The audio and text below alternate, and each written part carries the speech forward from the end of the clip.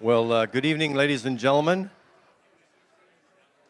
Just a note from the broadcast center. Just want to interrupt for 1 minute, and then I know there are a lot of folks here tonight that's here and haven't seen each other for a while, so it's great to have you here. Just a couple of notes. We're going to start momentarily. We're waiting on a few other people, and we're just getting a couple of nods from the broadcast division there, where we're broadcasting tonight. So a couple of in-house notes for you. We are broadcasting at Redshores.ca, so if you happen to get any texts or messengers or any of those kind of things on your messenger device that you're wondering where you can find us, that's where you can find us. Also on our YouTube channel at Red Shores, and also at the Universal Media YouTube channel as well. So the evening is, it's going to be a great evening. It's an opportunity for us to get together and hear a little bit more about the new book, of course, A Tale of Two Fiddlers, and the early days of sports and life in Charlottetown. We're looking forward to it. But it's by design not an action-packed agenda. It's by design to have family and friends together tonight and just have a wonderful time and talk to Fred and hear a little bit more about his book. So just a little note for you. And we are all socially distanced here tonight. COVID protocols are in place. We thank you for that. And we're going to be starting here in just a few minutes when we get the broadcast signal up and going, okay? So we'll be back, and when you hear us again, we will be live. All right? Thank you very much.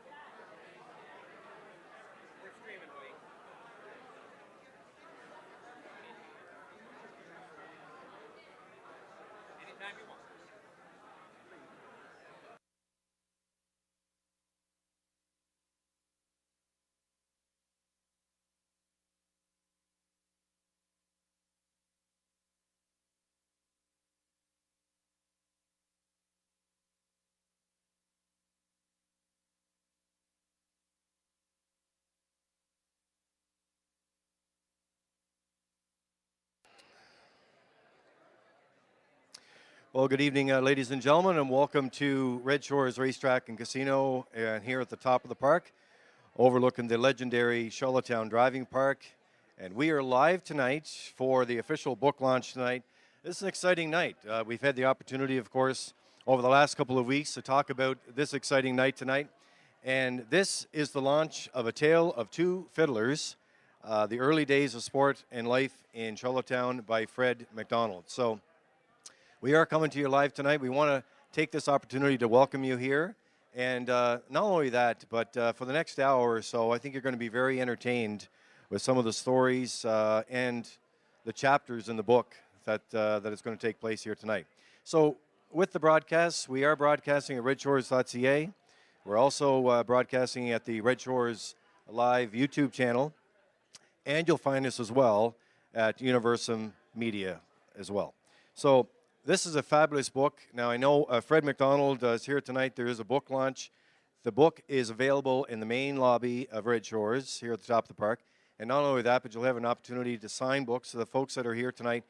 Maybe, Matt, you can do a pan of the dining room tonight and just give folks a sense that are not in this sold-out event tonight what it's like. There you have it, ladies and gentlemen, a sold-out event here tonight at Red Shores in the top of the park. Let's give yourself a big, warm welcome. And nice to have you here tonight for the official book launch. Let's hear it from everyone.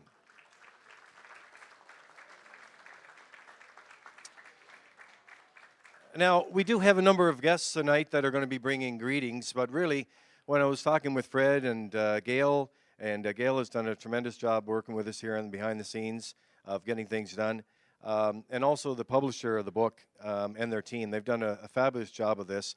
In the last couple of weeks, as you know, we've had the opportunity to read the book and get certain segments. I think this place is packed with so much talent and knowledge of the sport history in Prince Edward Island, and that's what makes it so special. So we're going to be hearing from some of the guests. We have some photos that Fred has selected as well from the book, which is jam-packed with a lot of great photos. And on top of that, we have 3 videos that we're going to be playing tonight. Of course, the McDonald family, not only known for its sport and rec, what they've done here in Prince Edward Island, but essentially around the globe when it comes to harness racing. So we do have some videos to go with that as well.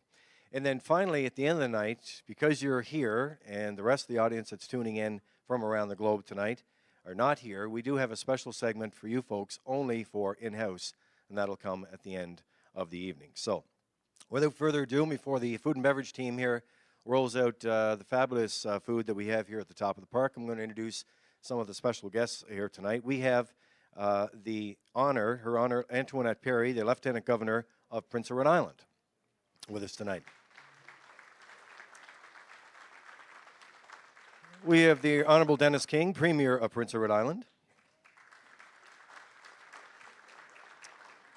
The Deputy Premier, Honorable Darlene Compton, with us tonight, Minister responsible for harness racing.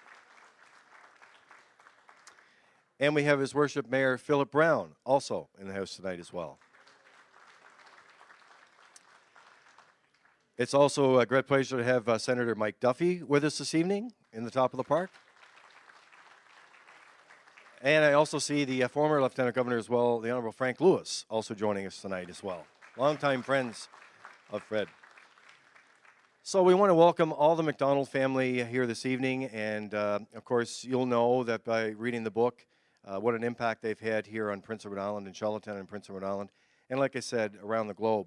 And what's really special, of course, in times like this, when we deal with COVID and all the restrictions that we've had in the last number of, well, I guess it's a year and a half now, the opportunity to have your family back home with you or connected to you is very, very special. So tonight, I think a very special part of the evening is the fact that 2 of the sons have made it home tonight. Lloyd and Anthony are both, they flew in last night. They have to fly out again early tomorrow. And it's great to have them here. So let's welcome Lloyd and Anthony here tonight. Now, along with the rest of the family as well, we'll get to those in just a little bit. But I'm going to ask Anthony McDonald to come forward here and take a little time with us before we serve the meal and get the evening going. Anthony, as you know, and we were talking a little earlier, successful harness driver, trainer, and of course entrepreneur, he and his wife Amy, with the stable. And what they've done around the globe has just been fabulous. And with that, of course, comes with the challenges of running an operation that size and the challenges with COVID as well. So we'll get Anthony to come up and chat with us here and give him a warm welcome and a welcome home to Anthony McCollum.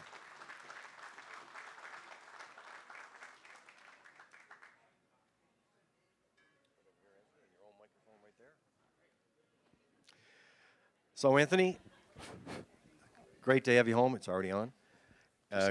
Great to have you home, and you're no stranger around the microphone either. You do a great job of that. But what's it feel like, Anthony? It's been quite a while since you've been home. How's it feel to be back home tonight, and especially in something very special like your dad's book launch? You know, it's a great feeling. You never stop being an Islander, and everybody knows that if they've ever gone anywhere. And you forget sometimes, right? You know, you forget what the scenery's like. You forget the people and how courteous and nice they are. And you know, to be able to fly in last night and just hang out with my family and walk around downtown, it makes you remember exactly why it's important to be an Islander and what it means to be an Islander. And you know, my brothers and I, we try and represent the province the best we can when we're away, and it's a great feeling to be home, especially after the year everybody's been through. Tell us a little bit about that. You know, the last time we were chatting and the last time we actually saw each other was a very well-deserving award that you and Amy picked up with the Cam Fella at the O'Brien Awards before, I guess we'd say back when the world was normal, back in February of 2020. It's right at the end of it. Right at the end of that, and tell us about what that award meant. I know Matt in the control room has a picture that we're going to bring up from the O'Brien Awards, but talk to us a little bit about what that award meant, and before we talk about all the rest that happened, but that is a significant award for you at that particular time. You know, quite frankly, it's a reward for everybody. I think everybody that is an Islander knows that anytime you leave home, you always want to do more and do better. And that award came from not listening to the normal people, not listening to people say you couldn't do it, it won't happen, you can't achieve, you know, what you say you can. And to be honest, it probably was from back in the days working for Mike McDonald when he said I'd never be a driver. And that you know, you always have that itch to just, you know, show people. And I don't know if that's a driving force or not, but that award came from a lot of work from both myself and my wife. And you know, but it was important. It was important for this province to show that anybody can be anything that comes from anywhere. But it was important for an industry that, and you see it on display here in Prince Edward Island also, it was important to show the industry that although it was shrinking, it wasn't dying. It just, I guess, for a political term, it needed to be rebranded. So, you know, we were focusing on something that wasn't important, which was the monetary achievements of horse racing, and we all forgot, especially people in horse racing, we forgot what it was actually about. The reason that I fell in love with it, the reason with other people fell in love with it, had nothing to do with what money you could make. It had everything to do with racing. It had everything to do with horses. It had everything to do with the competition, and we forgot about that along the way. And the stable.ca and fractional ownership brings that back to the forefront and allows people to focus on what this industry actually is about, and that's having a good time. Mm-hmm. There's a number of chapters in the book, especially a chapter in the book where your dad talks about the importance of harness racing and how they get introduced to it and how you boys get introduced to it as well, and how the family, of course, get introduced to harness racing. And I know that you've been doing a lot of traveling. We're going to get into the book a little later, but I just want people to know you're home here tonight, but you've been putting on a lot of miles, you and your family, because of the sport of harness racing. You have to travel, and you did that. Tell us what that decision was like during a time during COVID. Man, it was tough. You know, I saw a lot of smaller stables that were folding up, that were really beat down and really had no way forward. And I remember very vividly sitting at home with my wife and kids, and it was like a Tuesday or a Monday, and we knew, I think everybody, even the most optimistic people, knew when they shut down for 2 weeks, the last lockdown, that it wasn't going to be 2 weeks. And I said to my wife, they're racing in Ohio, they're racing in Pennsylvania, they're racing in New York, New Jersey. In fact, the only place they're not racing right now is Ontario, Canada. We're falling behind. We have clients that are getting a little depressed over the whole thing. We got to do something. And I said, I'm telling you right now, if the government says that the kids are going home back onto full-time online learning, we're going to have to pivot. We're going to have to make a decision. And for me, being in McDonald, being from the island, yeah, I'll pick up and move right now if I have to. That's just the way it is. You have to do what you have to do to move forward, and nothing else matters. But for a wife, knowing that she has to take care of 3 kids and thinking about a lot of things that never crosses a male brain, it was tough. But I'll tell you what, we get up the next day, and sure enough, kids were going back full-time online learning. And my wife looked at me and she goes, okay, that's enough. I literally got in my car, packed all the stuff that was mine in the car, drove 4.5 hours to Cleveland, Ohio, to Northfield Park, ordered a horse truck to come and get 35 horses from Ontario. And that wasn't, we had 85 in Ontario at the time. Take 35 horses to Cleveland, convince our caretakers to come to Cleveland, got back in the horse truck, went back in the horse truck to Ontario. My wife already had it packed, and our kids are so cool too. Like I can't imagine, trying to tell a 9-year-old we're leaving. It's like we're spies or something. We just packed them all in the car, and they never said a word. And to this day, they've never complained once. And but to have a wife that had to be stressful. But she never let on that it was. It makes my job so much easier to not have to worry about the little things that would bother her. And these are the things that bothered everybody in COVID. Well, it is certainly a common theme within the book that you'll find here tonight. And, the McDonald family has always would rise up to the challenge, whatever that may be, whether it was in sport and family and life. And just a great opportunity for us to welcome you home here tonight. And I'm going to have you back a little later on to talk a little bit more. And I know your dad is coming up. We're going to talk more about the book. We have the authors here, the publisher. And right now, though, when we talk about government support, we are very fortunate in Prince Edward Island. We have the government's support over the years.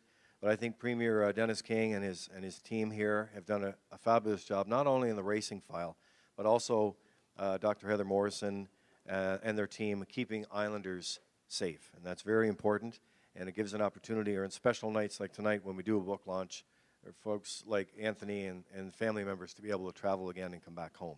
So without further ado, I'm going to ask the Honorable Dennis King to come forward to the guest microphone up here, up top, right beside Fred, and to bring greetings on behalf of the province. Premier King.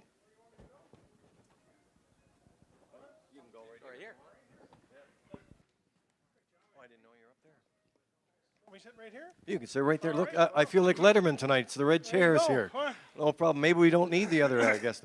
So, yeah, Stevie. so, Premier, we just wanted to kick off. I know you have. I don't know if you've had a chance to read the entire book yet, but we were at a press conference this morning, and the press conference this morning had to do with, of course, Old Home Week announcement and the Gold Cup Parade, which you know is summer hits and an opportunity to bring back somewhat of normal this year.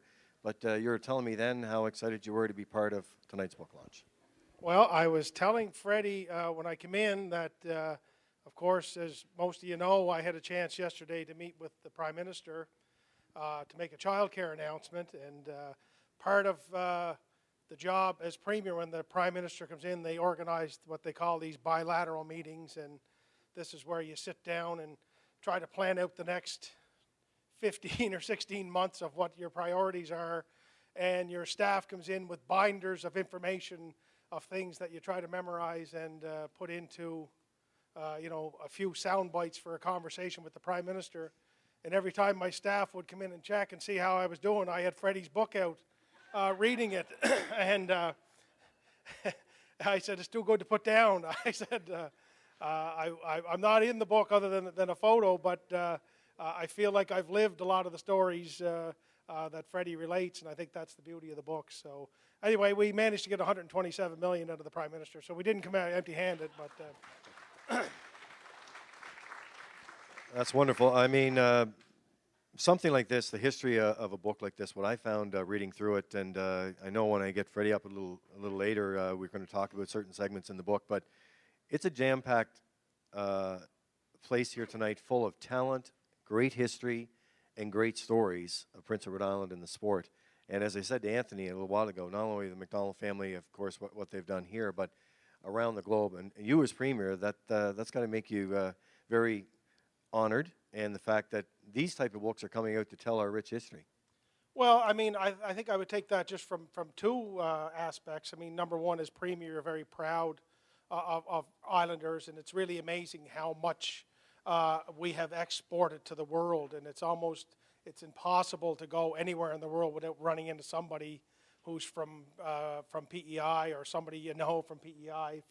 For a small place, we've sure exported a lot of wonderful talent, and I mean, Anthony, Mark, James, and so many more are just a small sample of that. But also, prior to my life as Premier, I was a storyteller. So I have an extra special place in my heart for stories, and that's what I think connected me quickly to the book, is just the stories that Fred recounts living in the book are stories that I very much relate to growing up myself, listening to my father tell stories, listening to my uncles tell stories. And I've often said, ever since I've gotten to know most of the McDonald family, the boys primarily, is that the closest family I've ever seen from Charlottetown who can connect to the insane life of Eastern PEI like Georgetown are the McDonald boys. So I felt like, even though I've only gotten to know them in the last 25, 30 years, I feel like I've known them my whole life. So. Did you ever have to compete against them? Thankfully, I didn't, no. Maybe a couple of times on the cusp of elections, Tex and I might have, never a bad word for sure, but no, I know the competitive nature. But that's also what you respect the most. I mean, they would run over you to win, but they'd pick you up when it was done and buy you a beer, and that's the way we all kind of grew up. The world has changed since then. Everybody gets a medal now, and everybody gets a ribbon, and you know, but that's not the world in the East End of Charlottetown, I know, in the 1950s or 60s, and it certainly wasn't the world in Georgetown in the 1970s for me. All right. Well, it's wonderful to have you here tonight, and I know that you were excited to be here tonight. I know you have a copy of the book, and as you said, you've been reading it. And what did you say? 127 million. Just 127. That's all. Yeah. But I've learned a lot from Fred? from the Premier of Quebec. He always tells the Prime Minister, "Thank you for this money today. Now where's my money for tomorrow?" So that's what I'm going back with to the Prime Minister. The 127 is gone. We need some more tomorrow. All right. Well, it's great to have you here tonight. Thank you very much. And we look forward to having more of the guests that are coming up. Right now, we're going to get the food and beverage team.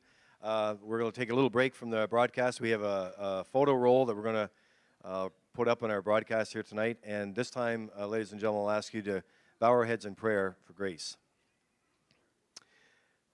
Heavenly Father, we thank you for the meal we are about to eat, for those that made it possible, and for those with whom we're about to share it. We are thankful. We also give thanks to the friends and family who have traveled here or joining us virtually tonight.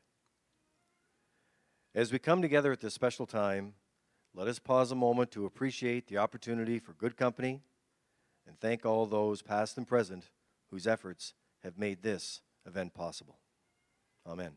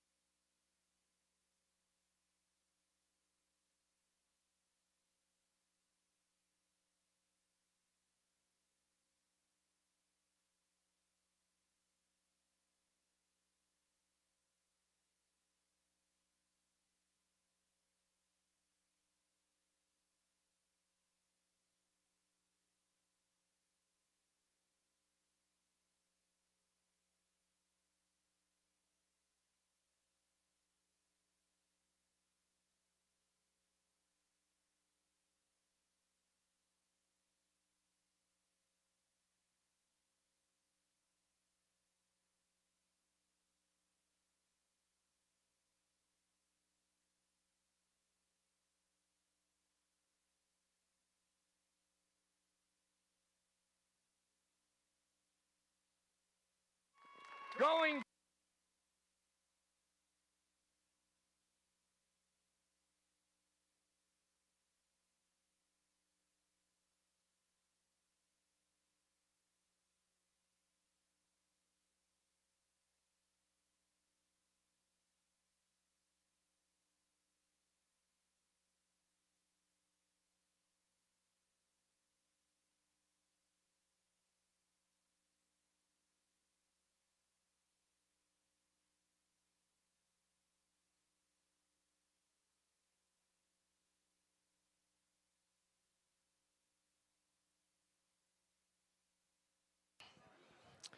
All right, welcome back, ladies and gentlemen. Live from the top of the park here tonight in beautiful Charlottetown, Prince Edward Island, and Redshores Racetrack and Casino, overlooking the legendary Charlottetown Driving Park. I'm Lee Drake, your host for this evening, and we are here tonight for a tale of two fiddlers, the early days of sport and life in Charlottetown by Fred McDonald. And we have a packed house, a sold-out event here tonight. We've also heard from some special guests. In our next segment here, we're going to hear from a few more of the special guests, and then we're going to hear from Fred McDonald as well, coming up to talk about this great book. Now, our next guest this evening, he was also on duty here this morning as we had a press conference live just next door at the grandstand here, talking about some of the signature events that's happening. And, of course, the McDonald family, great timing, because the McDonald family has been part of those signature events through many, many years. So it's a great pleasure right now. Would you give him a warm welcome, His Worship, the Mayor of the City of Charlottetown, Philip Brown. Thanks, Lee. Freddie, I want to mention one guest I brought with me. Down in the corner there is Jerry Devine McKenna. She was a great friend of your mom and dad's, and her son Bob. So when I told both of them I had tickets for this event, they said, look, if you have to sneak us in, we want to get to this event. So they're very happy to be here at this event, just like myself. So Governor and past Governor, the Premier, Deputy Premier, and other guests, and also the whole McDonald family here. It is my pleasure and honor to be here for the launch of Fred Fiddler McDonald's book, A Tale of Two Fiddlers. As this book keenly illustrates, Charlottetown is an historic city, birthplace of Confederation, but the history of a place comes alive through its people. And as Freddie knows, a couple of weeks ago, we were here for the Wally Hennessy book that was launched, and again, talking about families. This is a great evening to be talking about another great Charlottetown family. And there's no question that the history of sports in our magnificent city lives in the McDonald family. As a student of history, I know how valuable it is for stories like this to be recorded and shared. And as Lee said this morning, we launched the Gold Cup and Saucer Parade agenda. And some of you may not know that Old Home Week was coined during the first years of World War II. Organizers knew a week of celebration, vaudeville, and harness racing would lighten the mood of many. The slogan for those years was, "Be it ever so humble, there's no place like home." And another great family, and I know Frank Zakem, a former mayor, was the author of a book of all the corner stores here in Charlottetown. It was launched back in 2005. So these just add to the history of this great city and the people that have lived in this great city, just like the McDonald family. And it is so wonderful to have a publication that celebrates the memories of Fred's life and accomplishments. This story of a passion for family, for sports, for a city, and for storytelling. I very much look forward to continue reading this book and for others to enjoy the stories of a community that are woven throughout this book. And I just have Fred, I just want to take some excerpts from this book. I like Fred is great with words, and if he does forget something, he'll put a question mark there. But when he talks about the birthdays of the family, I like this one. I honestly can't say most of the actual birthdays, but I do know that Tex and I are Irish twins. So you got that right, Freddie. The same age for 3 weeks between July 27th and August 15th. And then he talks about his father, who was a World War II veteran, just like my own father. And I didn't know that Fiddler was so involved as a trainee and then went to the UK, was a tank platoon tank commander, and actually was injured, both, I believe, his arm and his leg.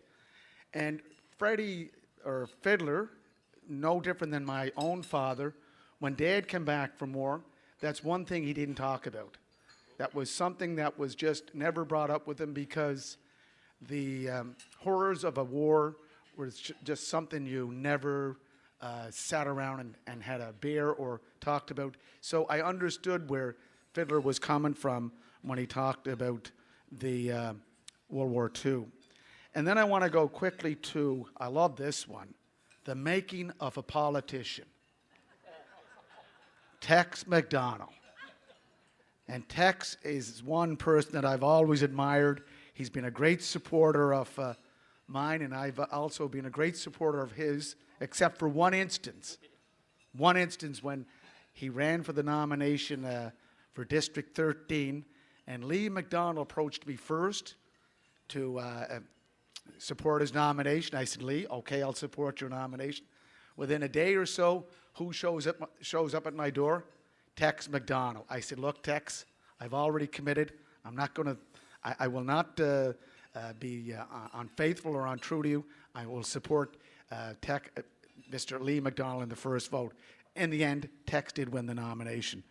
But I like one part here that where you talk about David Wheel's election or his nomination against Jim Lee.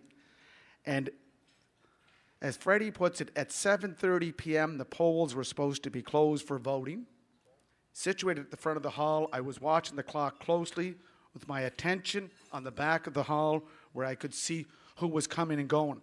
At about 10 minutes after the polls were supposed to close, I noticed 3 of Lee's supporters, Diddles Doyle, good old PEI, Diddles Doyle, plus Toby and Alan McDonald, entered and vote.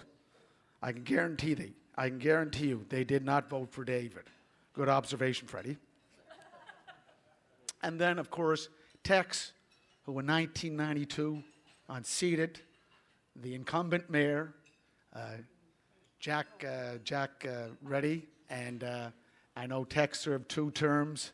He keeps reminding me, I don't know, Philip, you could get 1 term. We'll see if we can get 2 terms. So I'm always asking for Tex advice on what to do and what not to do, and I really appreciate it. So, Freddie, I really want to say thank you for inviting me here. Much success on the launch of this book, and lots of good luck in the sales of this book. Thank you. Stay safe. Well, thank you very much, Your Worship. Mayor Philip Brown joining us here tonight for the official book launch of A Tale of Two Fiddlers here in the top of the park. Well, we talk so much about the book and certain segments, and still to come, we're going to talk to Freddie about a little more about this book. There was an awesome write-up today. I should say Jason Malloy and the team with The Guardian there did an awesome write-up in today's Guardian about the book launch tonight and about certain segments of the book and what was so special to Freddie to write this book. So at this time, it gives me a great pleasure to introduce the publisher of Acorn Press. Would you please welcome Terry Lee Bulger.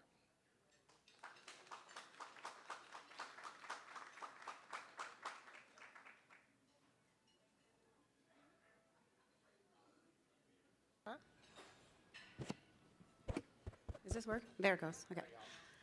Thanks, everyone. Thanks for coming out. This is, I think, my second book launch of the year. We have been not able to do too many book launches over the last little while, so it's so great to see so many people here, and I'm not surprised that we have such a wonderful sold-out turnout for this wonderful event tonight. I'm extremely pleased to be launching this new book with Fred tonight. As you know, I'm sure you know, Fred's been working on this book for a long time. I was trying to figure out earlier when we actually first met to talk about it. It's probably four years ago, yeah. We had a meeting, my first ever meeting with Fiddler at Maid Marian's. And it took about 2 hours because everybody who came in had to come and talk to him. I said, okay, this book might be a success. So, Fred has created this book that is a story. It's part family memoir and part sports history. It's a unique history, one that's not often told in books. And this idea of all of the characters and interesting things that have happened around the sporting circles of the island, I think it makes for a wonderful read. But there are a lot of people involved in creating a book. I like to say it takes a village. So there's, from our first meeting, there's been a few different, gone through a few different editing processes. Lee Ellen's going to talk a little bit about her working with Fred on the editing. But, publishing a book during a pandemic is extra challenging, just trying to, there was some images that we just, couldn't get because places weren't open. You can't get to them, and so many other challenges, as you can imagine, but we finally got it together, and I think it's a great time for it to come out because I think people are excited to be out doing things again. So I'd like to just thank, Lee Ellen. Thanks for your hard work on this. I know, Gail, I know you worked very hard on this. Our editing team, the copy editor, Jenny, Cassandra did the design. Heather Bryan also, she did the cover. She got this lovely image, which is a great historic image. Yes. Yeah, it's really. I think it all came together in a beautiful package. There are lots of people who support publishing too. We get support from the Canada Council for the Arts, Canada Book Fund, and through Innovation PEI. And so I like to thank all of the funding bodies for supporting our work to keep the island stories alive. So without further ado, because there are more interesting people to speak than I'm going to just give a little introduction to Lee Ellen. As I mentioned, she was the editor. She is a self-employed editor of literary and academic writing. She's a poet and a reviewer. She's a sessional professor at UPEI and sometimes an international professor at the University of Cairo. She's also an amateur photographer and painter. She was born in Halifax, but she's also lived in Montreal, Fredericton, and Windsor, Ontario. She is an islander by choice, happily settled on the island with her husband, Richard Lem, who's also a writer and editor. He does a lot of books for Acorn as well. And their dog, Theo, where they're blessed to live near her 3 children and 11 grandchildren. I have not 11 dogs, as I was going to say earlier. Anyway, she's a wonderful editor, and both she and Richard do a lot for the writing community here, and I think it's a great opportunity to welcome Lee Ellen to come and talk about the work on this book.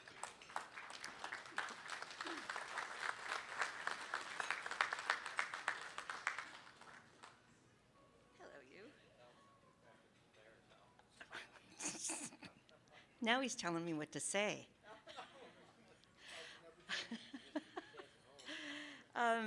I wasn't too sure what to say, so I prepared a few notes. Just thought you should. Actually, what this is Fred's manuscript as I received it, and some other notes along the way. So when I was asked to edit your book, Fred, there were 2 things. I didn't know who you were. Tons of McDonald's in the world. Tons of McDonald's in the world. You know that. And number 2, the story was about Charlottetown and sports and the media. Sports is not my thing.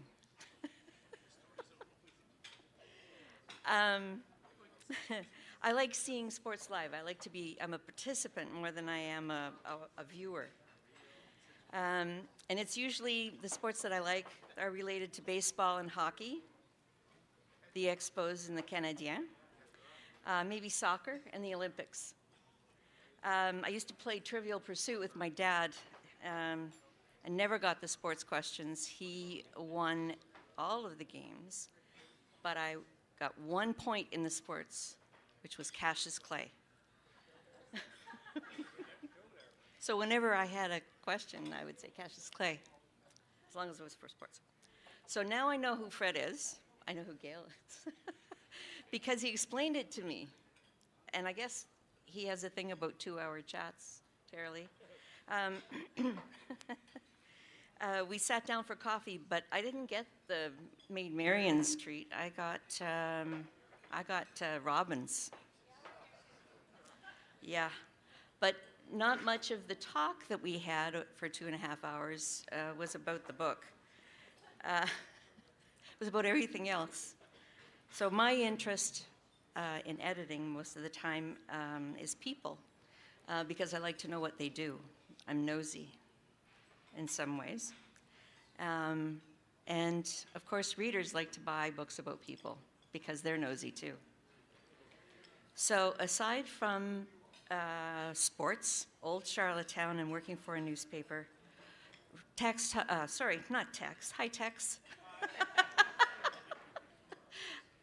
I've known him longer.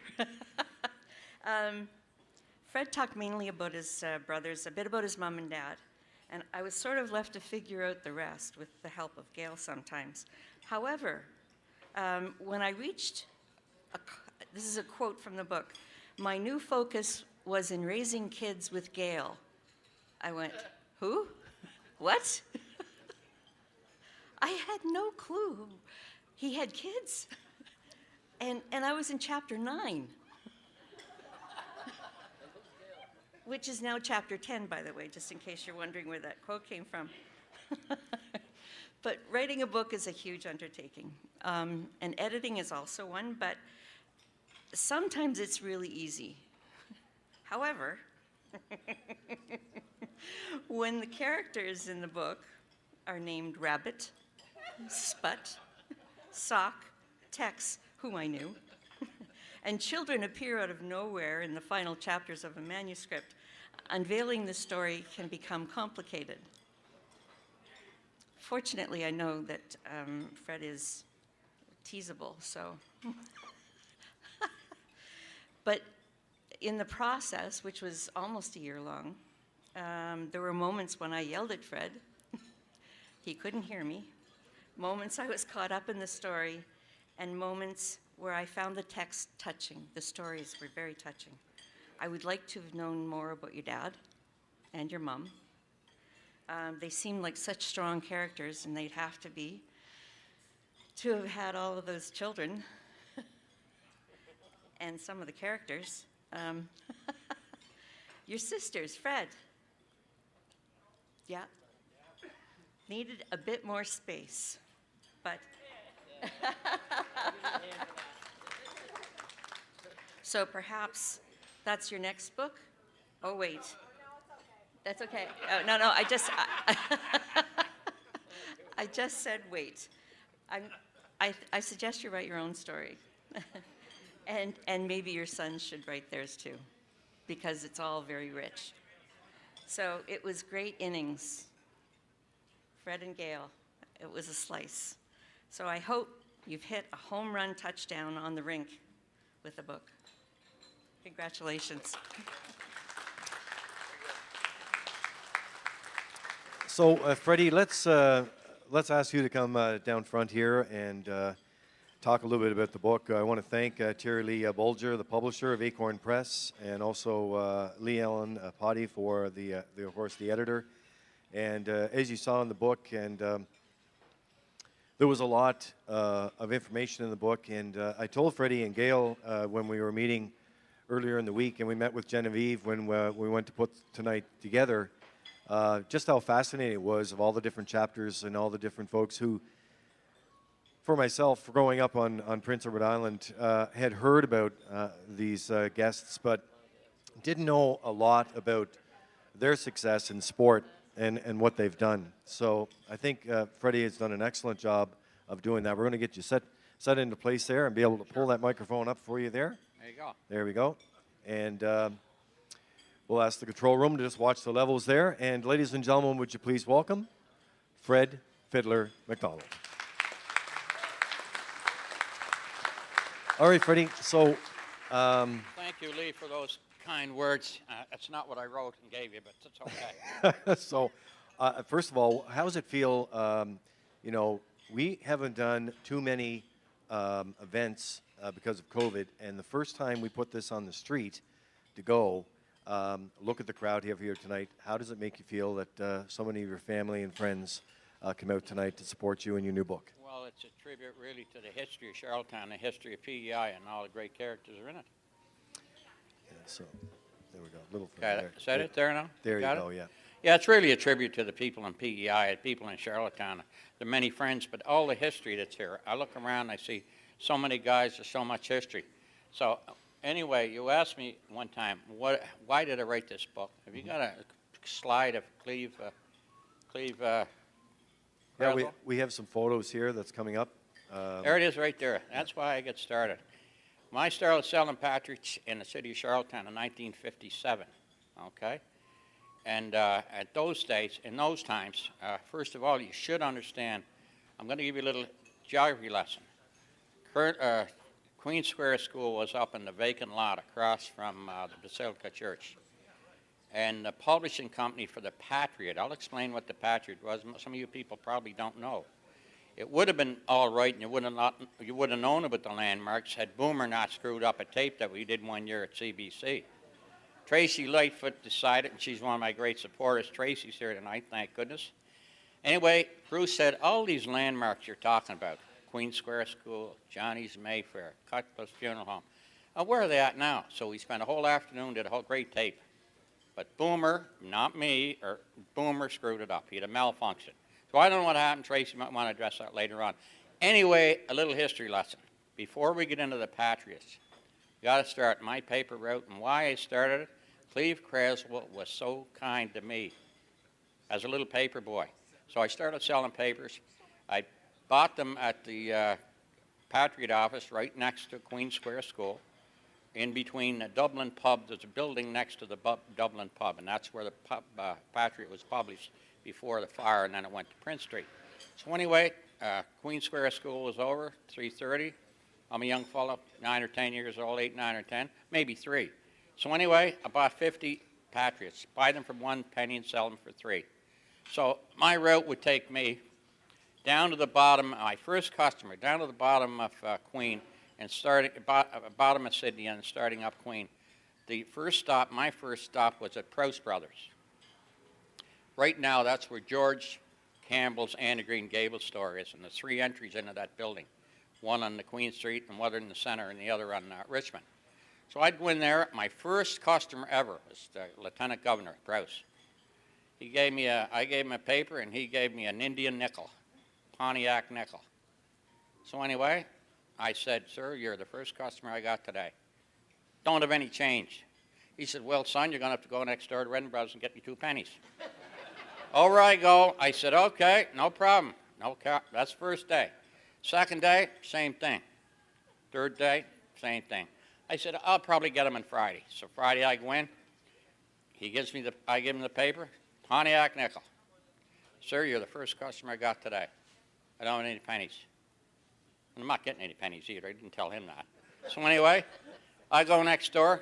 The Lieutenant Governor says, well, son, you're going to have to go next door to Redden Brothers to get me pennies. Same thing. First week, second week, third week. I said, I am going to beat this guy before it's over. I'll wait him out with kindness. 5 years later, same thing. Never gave me the 2 pennies ever. So anyway, that's how it all started. So I ended up, my route would take me up Queen Street. So you go to the 5 and 10 cents store, and you're running a lot of characters up there. Baldy Williams and I can't remember them all. Baldy Williams would be one of them, and a whole bunch of them would be up there. And some of my favorite customers were guys that, see, if around 4 o'clock, then the bootleggers, some of the bootleggers in that end of town would get out. So I played it smart. I said, I know the bootleggers will tip big if I'm there, especially if they're veterans. So one of the guys I ran into was Pete Campbell. He's related to Mike Campbell and the Hennessy's. He was in the Army with Dad. Always get a quarter off, keep the change. So we get down the street. We go to Johnny's Jimmy Power Shoe Shine stand. They sold papers, not allowed in there. So you keep going down Queen Street, you come to ABC Cutcliffe, Sinclair Cutcliffe, his funeral home. Up on the top floor and the third floor was another one of my favorite customers, Les Alexander. He played with Don Messer and the Islanders. Guaranteed, quarter 50 cents. Down I go, downstairs, run into Sinclair Cutcliffe. Sinclair Cutcliffe was a town councilor in Charlottetown for many years. Unfortunately, Mr. Premier, he ran for the red team in the city. He was a good guy, though. They're not all bad. So anyway, Sinclair Cutcliffe was there, and he'd always be pretty good to me. He'd tell me a few horse stories. And Sinclair was a starter here at the Charlottetown Driving Park for many years. And some of his cousins, Byron and his brother, they teach at UPI in science, and Colonel Gray, they're race fans. You see them down in the simulcast room now and then. So leaving after Cutcliffe Funeral Home, go down the street to where the triangle is today. That was to be the Garden City Dairy. That's where you're going to meet some fabulous characters later on. I won't go into details about them. One of them was Kenny Ford, alias Shaky Louie, a legend in U.S. harness racing, a legend. Shaky Louie, I remember. Why? He gave Texas first set of hockey gear. I can see the Garden City Dairy truck coming down Spring Street where we lived. Out comes a bag with all the gear in it, Texas gear. Garrison Jr.'s was on it, threw it down. Anyway, gets Kenny Ford is there at that corner. We go down to the next corner, Ed's Taxi, Duck Acorn, was race secretary here and part owner for many years. It was along the same side. And just as before you come to the end was where the bike shop would be. And the bike shop would be right now, that was where Cleve Graswell was. And Cleve, well, I'd go in there, and his wife, Babe, they would turn around, and Cleve would say, I'd go in back, and she'd have a milk and cookies for me and talk. Hey, getting along, Freddie? Not bad. And so on and so forth. And then eventually she'd say, oh, you got a new brother today, or new sister. Oh, you got 13 or 14. You can't be too wrong. So anyway, she'd turn around. She was just the sweetest lady. And I always wanted to say, to be around when Cleve died in 1967, and I was away. So this is what tribute to him and what kind of a man he was. And then when Christmas would come up, Cleve would always say to me, got a parcel for you. Big parcel, don't open till Christmas Day. New pair of pants, new shirt, new sweater, and some money. So that's the kind of people they were. Anyway, that's one of the reasons. That's one of the reasons why I wanted to write the book. But there's so much history in Charlottetown, and when I sit back and I say, I sold Patriots. Patriots, that'd be 1957. 10 years later, 1967, Pius Callahan was the editor, great newspaper man, just like Lorne Yo and these guys. Great. You don't get newspaper guys like that. Jason Malloy's here tonight, just a chip off the old block. One of the best editors sports writers I ever worked with was Jason Malloy. He's been here 10 years. And he's going away this week to Kentville after 10 glorious years here, and I know people are going to miss him. I'm going to miss him. Great guy. Anyway, getting off the subject, Pius Callahan hired me to be the sports editor. He also threw in one little job. He said, you got to be a sports editor, and you got to look after the city police court. Now, I was up to see Mayor Brown the other day, and I said, in the second floor of City Hall, right downtown Kent Street. And I said to Philip, you know, Philip, you're only 10 yards away from the old City Hall, or the city police court. What city police court? I said, that's where they used to hold, that's where the court cases were. So what would happen if you got arrested, just hold on before I get going. If you got arrested on Friday night, you can be guaranteed your name is going to be in the Patriots Saturday afternoon. Very embarrassing for a lot of families, very embarrassing. Now, The Patriot, by the way, I'll just give you a little tip. The Patriot, the Guardian was a daily paper, just like today, covers the island like the do. Well, the Patriot was the afternoon paper. Now, the Guardian, if you're in the sports business, the Guardian would give you partial scores. Because of our deadline, the Guardian would be 10 o'clock. 10 o'clock PEI time. Well, the games up country, baseball games, hockey games, football, they're never over at that time. So what you'd have in the Guardian would be partial scores. Yankees 4, Red Sox 2 after 7 innings. Bruins 3, Rangers 1 after 2 periods. And then they put the summaries. So you never really knew what the ending was going to be. Along comes the Patriot. The Patriot had two different aspects of the Guardian. Late news, which was great, and the biggest seller of all for the Patriot, the city police court results. Saturday afternoon was a big day. Now, Pius Callahan said to me, I want you to go to city police. Now, the court is over at around 1, our deadline is 1 o'clock for the Patriot. You want to have the Patriot at Johnny's Mayfair. I want to try to tell Tracy and them when we're doing the tour, but Broomer screwed that one up. Johnny's Mayfair is where the beer gardens is today. So that was a hot spot in town. The other hot spot was down in the other corner, 1 block away. It was Fred Lambros.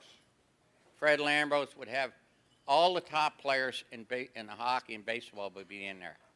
There'd be Fred Lambros, who else? All the guys, anybody who's anybody in sports. Go up to Duck Acorns, or go up to Johnny's Mayfair on Saturday afternoon, and you'd have everybody. Johnny Squarebrooks had everybody all worked up. It'd be Duck Acorn in there arguing with Chris Gallant, and Chris Gallant be arguing with Vic McDonald, and Vic McDonald be arguing with Richard Bradley, so on and on and on it went. But anyway, those were the main hot spots. You had to hit where the Patriots are so. And the other big difference in the Guardian and Patriot, and it's important because you don't have this history. I go down and talk to somebody about the Patriot, and they said, Patriot, what's that?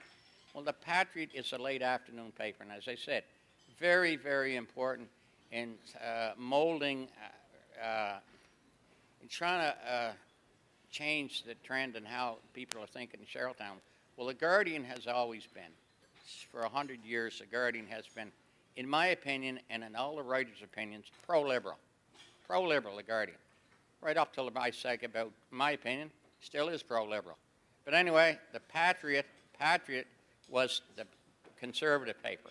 So and then the conservative paper, the Patriot died or was put away and didn't print anymore after 1992. But the two major papers played a huge impact on the results and molding the thoughts and wishes of people of Charlottetown.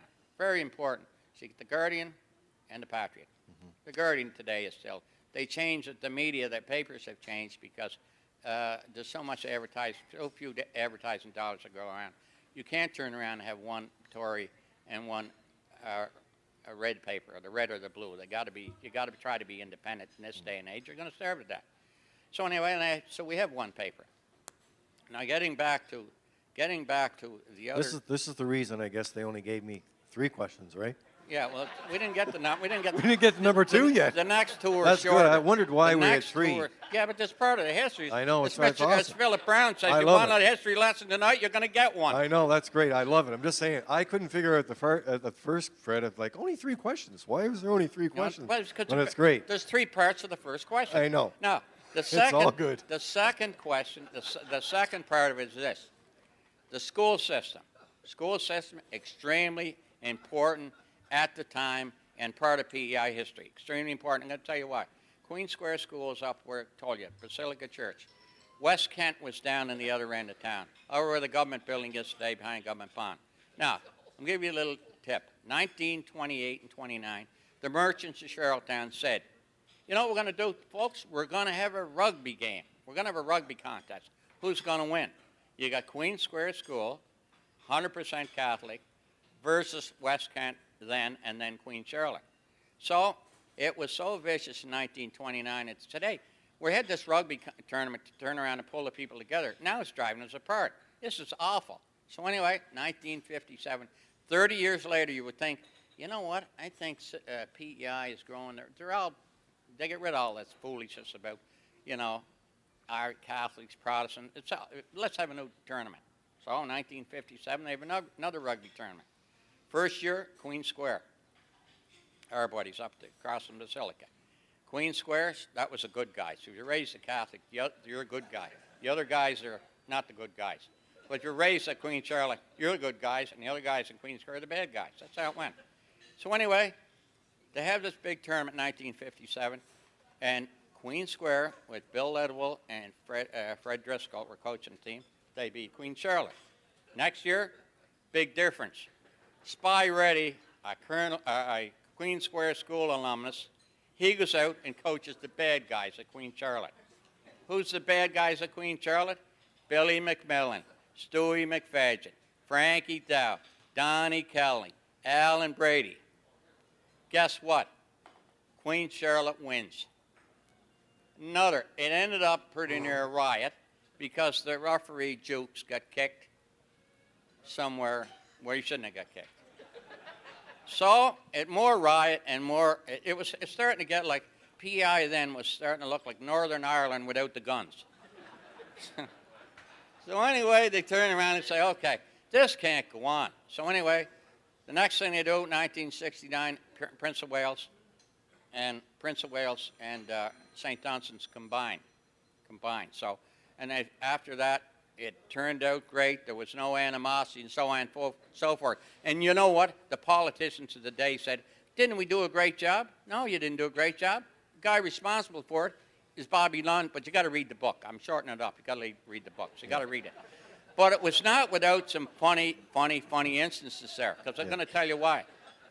At St. Dunstan's in the mid-'60s, there'd be 296 Catholics and 4 Protestants. Who are the 4 Protestants?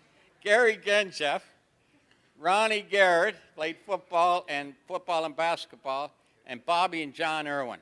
296 Catholics and 4 Protestants. But the other best part of it all is this, and if you're a hockey guy, you might know this. How would you look? Now, here's Billy McMillan that played in 1957-58 with Queen Charlotte against Queen Square. You would think of all people that knew the difference between what schools are Catholic and what schools are Protestant. Guess what? He signs, if you know Billy McMillan's history, one of the great players that ever come out of here, one of the great individuals, the whole family. Billy McMillan signs with St. Mike's Majors. So I'm sitting to myself and I'm saying, how would you like to be the priest and to be the register at St. Mike's when Billy McMillan comes through the door? Well, it'd go like this. Priest would have a white collar on, black and a white collar. Yes, Mr. McMillan, what can I do for you? I'm here to play hockey. I was recruited by Father Barrow to play with St. Mike's. Guy looks at his resume and says, you from Charlottetown? Yeah. What parish are you from? You from Basilica or Holy Redeemer, St. Jean's School is? No, sir. I'm from Trinity United. He said, I think you got the wrong school, Billy. But he ended up staying at St. Mike's, the one the Memorial Cup, and he went on to be a great hockey player and a great career. But anyway, that's what it's all about. That's the start of it. Yeah. I'm glad I told you there was 3 parts to that question. Yeah, well, that was good. Because there's 173, isn't that great? 173 pages in the book here tonight, and now we've just gone through 110. But you can really, at the end of the night, Freddie will have an opportunity to sign the book out for you. And I love the book because I really like the chapters on the McDonald family, well known for their involvement in all sports, starting with your dad. Can you tell us a little bit about the family history part? Just before we get to that, Lee. Okay. Lee Ellen Potty thought she was mad at me. You want to know how I was mad at her? Yeah, lots of times. And I'll tell you what. You know what comes to chapter 13? She sends me back this. What is it? The making of a politician. It should have been the unmaking of a politician. Anyway. Yeah. There we go. So some of the family history in there about your dad and about the sports from your dad's time to now. I know you wanted to talk a little bit about that, and there's a photo there that's part of the segment that you want to talk about tonight. Yeah, that's Charlie Ryan there, our coach with many teams. We had 3 Maritime Championship trains coached by Charlie, but my father was really a tremendous coach in his own right. 1936, he set the record here at Memorial Field. He struck out 24 or 27 Islanders. When I was delivering papers around town, everybody, they knew who you were in the city. So down where we came from, down on Sydney Street, and the square there, a lot of guys knew who Fiddler was, and eventually they knew they would call me Fiddler. Hack McQuarrie was down there, right across from PEI Hospital. Hack played against Dad in that day. Chevy Acorn lived right across from us in Upper Prince Street. Chevy told me lots of time, he said, we couldn't hit Fiddler. He said he was just too good. So anyway, the other one I ran, who was this, Hack McQuarrie? Oh, yes, Baldy Williams. Baldy Williams' brother, Tick Williams, was one of the great athletes that ever come out of PEI. And Baldy Williams would often tell Tick, he said, Fiddler was the greatest pitcher I ever played against. Now, I'm going to give you another one. In 1938, Dad went to play with Amherst St. Pat's. And Amherst, baseball was huge then. They had Sydney Mines, Dosco Mines. They would not only sponsor ball teams, they sponsor horses and horse racing and stuff like that, too. But the Spring Hill Fence Busters were the big team in the Maritimes. They were big in Halifax. So Amherst brought in Fiddler to pitch against all those teams. And you see some of the lineups in their book. He not just was a great hitter, a great pitcher, he was a great hitter.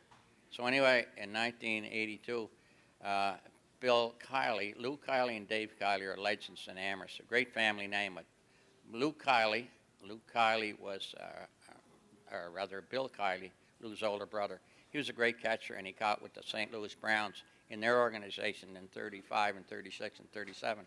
So they had an interview in St. John 1982, and he asked him, he said, who was the greatest pitcher you ever seen in the Maritimes?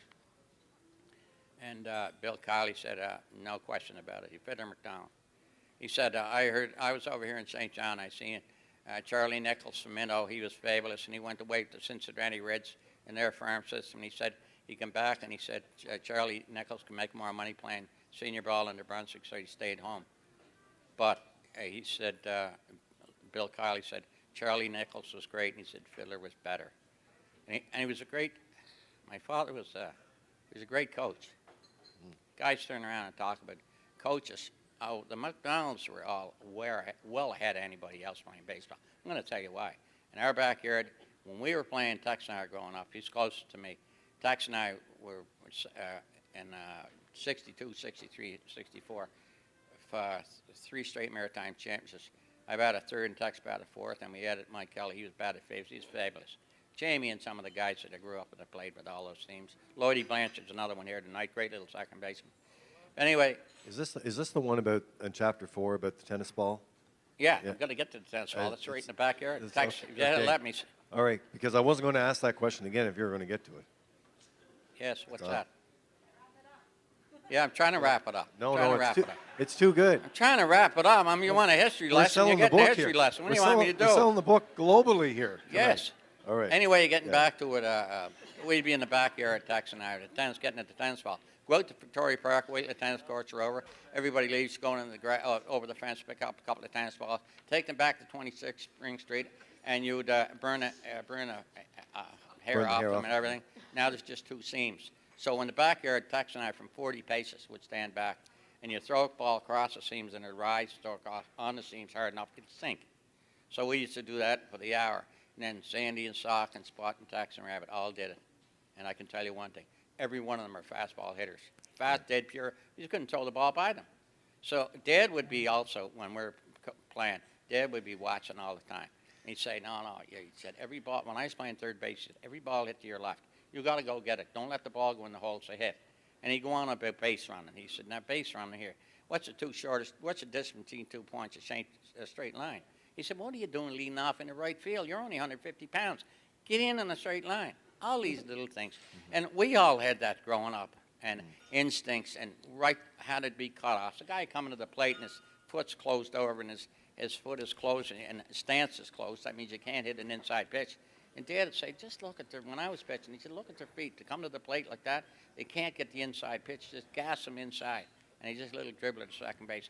Way ahead of everybody else. So not only. I just have to say, as a publisher, we want them to buy the book. So you can't tell all of the Well, we'll do stories. another book. That's very simple. Yeah. I got all kinds of stories. But you know, that book, in the chapter right there, that was chapter 4. It was one thing that stood out for me, Freddie. Training camp, open field in the Prince Edward Island Hospital was where it was. You guys had training camp there and used to play. And the Yeah. fastball is something that, that's one of the things that you say in the book about burning the hair off the tennis ball and be able to throw the ball like that. It's That's amazing. it. That's it. And that was the name of the game. That's why we're a little bit ahead of everybody else. But anyway, getting back, Terry Lee wants to get this moving on. Yeah. Anyway, getting back to the baseball. All the boys were blessed, with lots of ability. But you know what they got from the little old Irish lady? They got fire and a will to win. The will, the work ethic. If you take a look around today and see all the great people I had the fortune to meet, you from Cleve Creswell, you got J. Pius Callahan, you got Spy Reddy, you got, who else is along there? All of Spy Reddy, Jackie Hines, another guy working with him 20 years. Why are they great? Ray Murphy's another one. Alan Anders. Why? Work ethic. That's why. So anyway, I got to get that point in. Yeah. Now, soccer, by the way, getting to the baseball. After the baseball was over, I was away playing in Ontario, and Tex took over the Fawcett's down here and the different teams.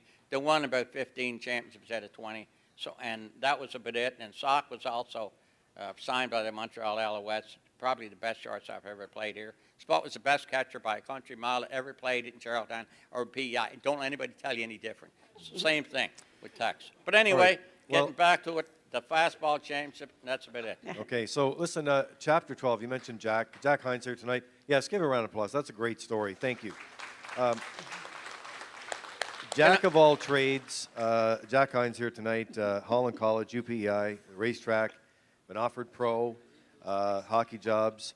And I know that Boomer Gallant, who's here tonight, they worked together. They did so much for Old Home Week. You mentioned that in the book, about Old Home Week and the sport here of harness racing. And it's so nice to see them back in the same room tonight. Kevin Boomer Gallant right over here, Jack Hines right over here. Gentlemen, welcome. Nice to see you tonight. All right, Freddie, and the final segment here, because we are broadcasting tonight, and we only have a limited amount of time left, but can't let you go off the stage, of course, without telling us your involvement and how you got involved in harness racing. How I got involved in harness racing? Look, right down the end table down there. Wally McGinnis, he was my best friend, and I got around him since for 65 years. Wally, when we were living at 26 Spring Street, Wally would come down there. We'd go to the ballpark. We played ball all the time. And when the ball was all done, we'd go up the lane to Hennessy's, Peak Street, running to Saki and Jody and Wally and Gordy and all the Hennessy clan, and we race in the lane. We'd race in the lane. And that's what we do. And then after the lane, Wally would go out to his Uncle Boo Shepherd, and we'd go out and Wally'd rub horses and work with the horses, so on and so forth. I got to tell you something about work ethic. Wally McGinnis trained horses for Marcel and Barry on Montreal, and he worked for 50 years straight without one day off. Yeah, that's the kind of horseman he was. Yeah. So that's how I got involved first with Wally, with Wally McGinnis and Shepherds and the Hennessy's. Well, the Hennessy's lived in the next street, and they had horses up there in Peak Street when you're allowed to have horses in the city. So we used to go up there, and Joe Hennessy would have a horse. He'd have a couple of bad horses, bad actors, Cheeky Chief, and if Joe had them turned out of their racing, the stall would turn into a fight card, and Jody'd be the fight promoter. Jody ended up, and he matched Tex up one day. I said to Jody, Harry Yo wants to beat up Tex, and I said, that's not a good move. We had 8-ounce gloves at our place all the time, so Jody matched it up, Harry Yo and Tex. Bad move. I said to Jody, you should stop this fight. Harry's bleeding from the nose and the eyes, and I don't know where else, but they just stopped it. Anyway, that's the stall. We were at the horses with the Hennessy's, traveled with the horses. I had Richard Bradley under my wing, the greatest caretaker to ever come out of Charlottetown. He would work with Stanley Dancer in 1963. He had Jim Fashion out here, and I'd go out and see him and buy a bag of candies from Shamus and go out and give them to Jim Fashion. And Richard tell me all about the horses. And Richard went on to be great caretaker, worked for Stanley Dancer, great friends with Jason Settlemore at the Meadowlands and Little Brown Jog. So, yeah, I had great guys. Wally McGinnis helped me out. Well, Wally was my partner in all my endeavors growing up. We had a shoe shine stand. Yep. We sold worms. We shoveled coal. Yeah, absolutely. Sold Halifax, Ayers, Guardies, and Patrick. I even allowed Sandy to come in and work with us now and then. I had to train him in the world. In the And world of shoe shines. didn't they challenge you in your math sometimes with you and Wally with the math? You're Sometimes listening to good? Sandy and Wally. Don't listen now. I was an even split. That's what's in the book. 75% for me and 25 for them. I'm only reading about the book. You know, you don't have to go too far, and without saying another word, when you speak of harness racing with Fred and Gail McDonald and their family. You know what, and what they've done, not only in Prince Edward Island, but of course around the globe. And I got to tell you, Freddie, I'll end this segment off because we do have a couple of other guests that want to get up to speak. Oh my goodness. But this morning on the press conference, and Anthony's promised that he's going to join me back down here. We got a couple of video clips that we're going to play with Mark and James and Anthony as well. But I'm going to tell this story. This morning, all the talk was the great tie-in between the Meadowlands Pace. Just a couple of weeks ago, Anthony shared this picture with Mark McDonald after the papermaker won the Gold Cup and Saucer in 1988. Boomer Gallant, of course, with the call. I think one of the best stretch drives I've ever heard was the 1986 call with Rev Your Engine and Angel Shadow. But in any case, a 12-year-old Mark McDonald meets Dr. Ian Moore after the race, and then fast forward to 2 weeks ago, they land in the winner's circle, and sharing that photo and everything that has been accomplished, and they win the $700,000 Meadowlands Pace in New Jersey. That, ladies and gentlemen, comes full circle of what we're talking about tonight. Really well done. Freddie? Just one last thing I want to say. I was with Wally McGuinness and Mike Campbell. I live with them, and Frederick, and I was general manager and race secretary, and I had two guys living with me, Mike Campbell and Wally McGuinness.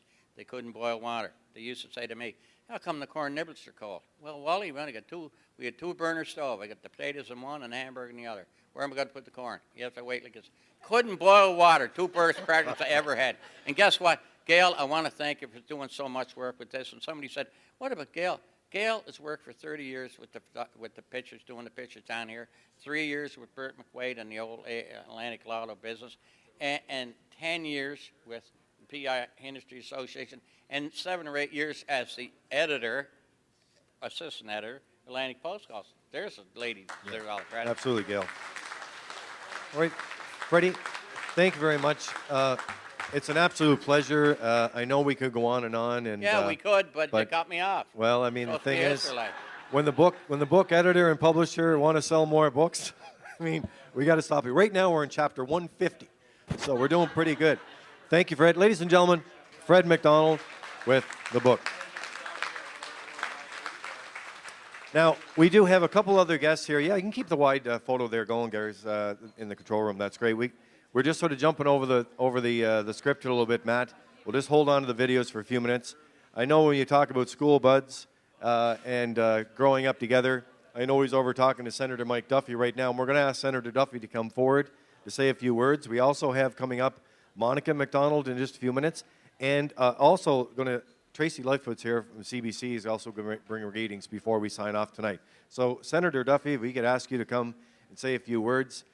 When we had a chance to talk just prior to the book launch here tonight, and yes, my phone is getting a lot of action from the guests that are tuning in tonight. Absolutely love the stories tonight, Fred. That's fantastic. But Senator Duffy mentioned about just how great it was to see so many people again, and the fact that this book really brings a lot of people back. And, you know, it's great to hear the stories and hear so much about the great history here in Charlottetown. So, Senator Duffy, if we could get you to say a few words, we would appreciate that. Right up here. Ladies and gentlemen, please welcome Senator Mike Duffy.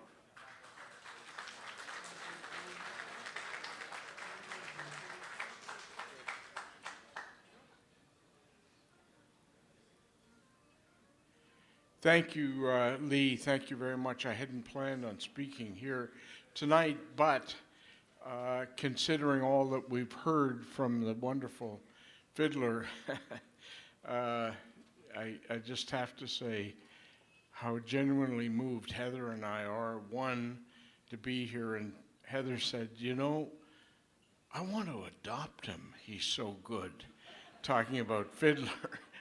And Gail said, all right, he's yours. But seriously,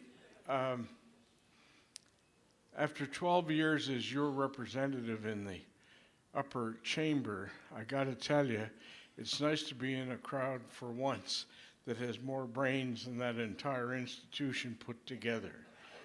And when you look at the talent that's in this room and that came from this island, we have nothing ever in the world to take second place about.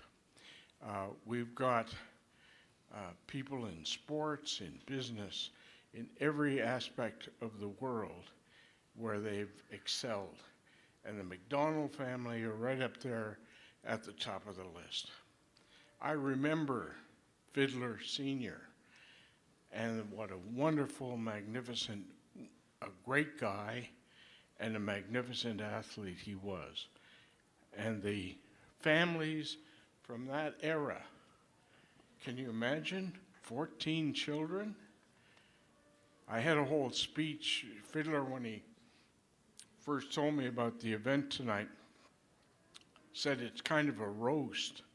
So I had a whole speech ready to go all about Father Morrow and the rhythm method and his mother and so on. And then I realized, hey, we're in the new times, so we can't tell any of those old jokes about big families and so on. But the McDonald family has given so much to this community and to this country and to the world at large. We are so thrilled to see the contribution they've made, and I'm so proud to be part of the McDonald clan, hearing the stories about fiddlers selling papers after school, going to Queen Square together, all of that.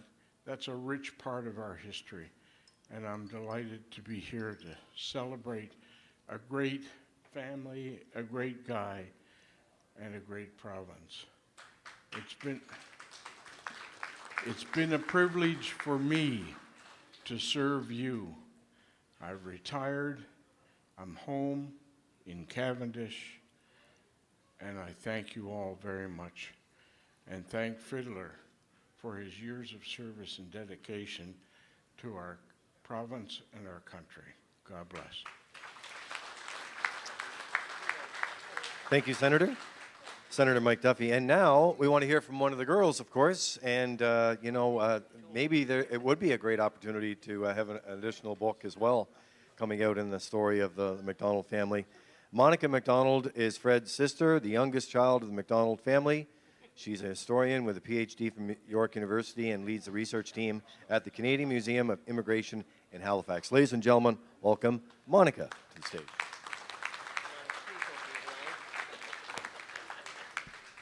Okay, I promise I am a McDonald, but I'm not as long-winded as my brother Freddie. Hi, everyone. I'm really pleased to have been invited to say a few words here this evening, especially since I just learned from Freddie's book that his favorite sister is Bernadine. I guess she turned you down for this little gig, didn't she, Freddie? All right. And on that note, I think I'm here a little bit anyway, in part, as concrete evidence that there are women in this family, as has been alluded to a little bit earlier. Yes. Yes, yes. There are 6 of us. Most of us are here, like down at that table over there and down here. And if you have not read the book yet, you still would not know that fact, because I think there might be, how many photos of the girls in the book? Let me see, just a sec. No. There's one. Okay, all right. Okay, look, I've been waiting many years for a chance to kind of stick it to Freddie a little bit. Just let me have that, okay? No, all jokes aside, the girls in the family are really proud of our brothers. We're proud of our whole family and all their nieces and nephews. But, we prefer to keep it like we're a little bit more low-key, I would say, than the male members of our family. But we kind of like it that way. Now, I imagine others will be commenting more on the sports aspects of the book, as they kind of have already, and Freddie has said, quite a bit already too. So I would like to talk a little bit about A Tale of Two Fiddlers as just simply a great read, which it is, and also as a valuable piece of history. Was that my microphone doing that? So first, a book like this that is full of great stories, that's really funny. So here's a few examples of really where I laughed out loud a few times. So Freddie and Tux and the other kids on Spring Street playing horse racing, where they used each other for the horses with whips and everything. I guess that's where it all started, right? Freddie holding up, now this will be really, really hard for people to believe that he actually did this, but holding up the presses at the Guardian on Gold Cup night while he drank beer at the winner's stable, while his colleagues at the paper were desperate for him to get back and file his story. Now, yes, well, I know, it's kind of hard to believe, I mean, who would do that, right? Who would do that? And then the story about the two fiddlers, Fiddler and Fiddler Sr. at Ernie Duffy's funeral, where our dad, who was pretty hard of hearing at that time, kind of yelled out, surprised about Ernie being in an urn. So that was kind of funny too. Yes, yeah, I know, it's all accurate. I know, Freddie, I know. So a book that has great storytelling, that's really funny, and that makes you want to keep turning the pages, that is really hard to do. And Freddie really makes it look easy in this book, but it's not easy. It's hard. So the book is a great read, but it's also valuable as a work of history, which is something that is really interesting to me. So it reminds us of some of the really big themes in PEI history, like the Catholics and the Protestants, the polarized political landscape, the importance of the Guardian Patriot as a single source of media, as it was for a really long time. Now, these themes are not unique to PEI in Canadian history, but I would say that they played out here in some pretty unique ways. And this book shows some of the ways that they did play out from the perspective of one very colorful individual, who was my brother Freddie. Him selling the Patriot as a newspaper boy and sometimes enlisting the help of friends and younger family members, like poor little Sandy. I think you probably owe him some money by now for that. Freddie working as a shoe shine boy, and of course all the stories connected with fastball and baseball and harness racing. As a family history, this book, for me, brought up a lot of memories. What a formidable woman our mother Pat was. Tex becoming mayor of Charlottetown, and how very proud we all were of him. Freddie and Gail's wedding in 1975, a key moment, of course, in this book.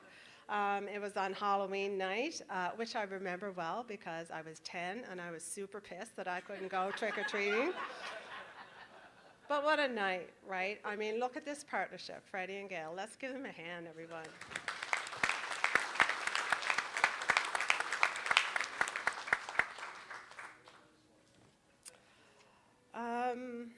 And then finally, there's a lot of family history in here that I didn't know about.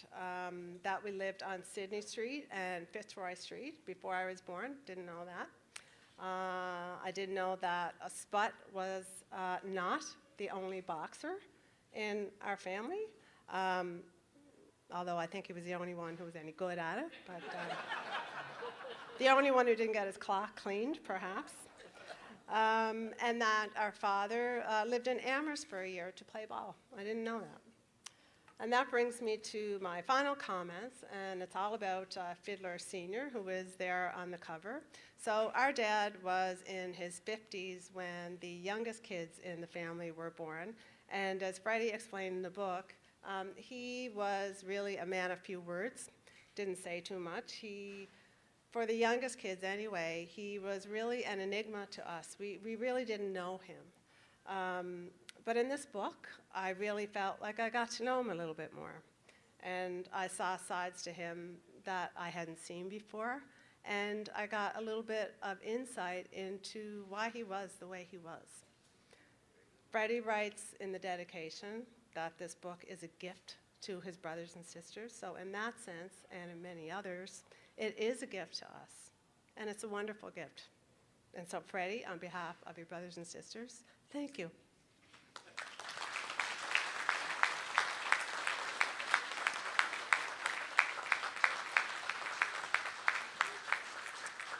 Thank you very much, Monica, Fred's sister, the youngest child of the McDonald family. Thank you very much for those words, and to talk a little bit more about the book.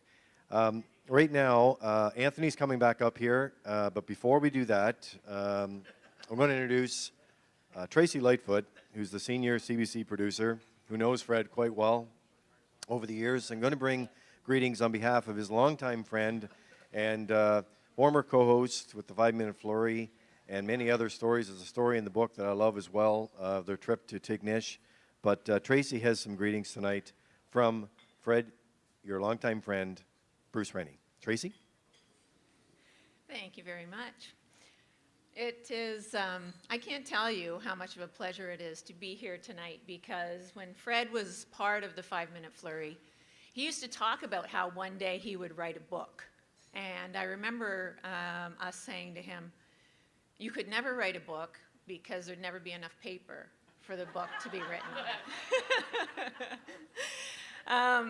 I always, whenever Fred would come in, would pop down to the control room to say hi to him, and he always would have a smile for me and a hug, and he'd say, hey, Trace, how are you? He would always have opinions on not only sports, the political events of the day, various things happening in the community, our coverage on CBC, how we weren't covering the right stories, how we weren't doing the right things. And he had some ideas, Trace, and I'm going to tell you what I think should be on the show the next day. And Fred is the type of guy who always, when he would come in, would always have time for you, and he would always make you feel like you were very important to speak to. And he would always make you feel very special. So he's a wonderful person and has a very special place in my heart. So I'm very privileged to be here tonight. So thank you very much for inviting me.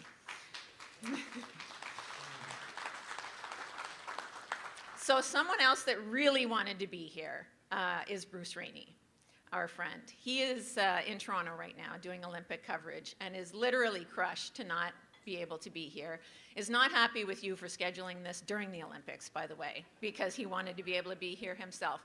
But he sent me a few remarks to deliver to you. He sent me an email that I'm going to read. I'm not going to be able to deliver it as well as Bruce would, but I'm going to try my best. Here we go. During my 13 years at CBC PEI, I had two amazing on-air partners. One, of course, was the legendary weatherman, Boomer Gallant, who is here tonight as well. The other was the author of the book you are all celebrating tonight, Fred Fiddler McDonald. Every Monday for more than a decade, Fred would appear with me on Compass, always wearing the exact same beige sports coat. That may be what you have on tonight. I'm not sure. Is this the same one? I absolutely loved his visits. Fiddler would get so worked up, his eyes would be bugging out of his head. And then at the end, I would accuse him of being obstreperous, and he would respond, whatever that means. We would laugh, and the segment would end. Fred would say many things that would stop me, the program, and the audience in our tracks. Among the many pearls of wisdom he offered through the years, 3 stand out, and I'll share them with you here.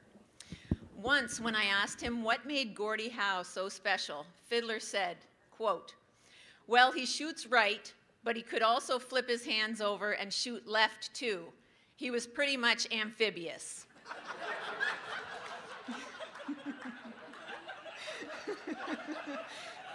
false. That's not. Roll the tape, Lee. Number 2. We'd really sell the books, huh? When I asked Fiddler to explain the physics of hitting a baseball once, he responded, Bruce, I'm a prophet, not a genius. A genius is someone like Norman Einstein. Maybe he's a cousin to Albert. And finally, my favorite. The day after the 2008 US Open golf tournament, which was won by Tiger Woods, Fiddler reflected that, quote, "Yesterday was Father's Day, so I want to wish all the dads out there a belated happy birthday."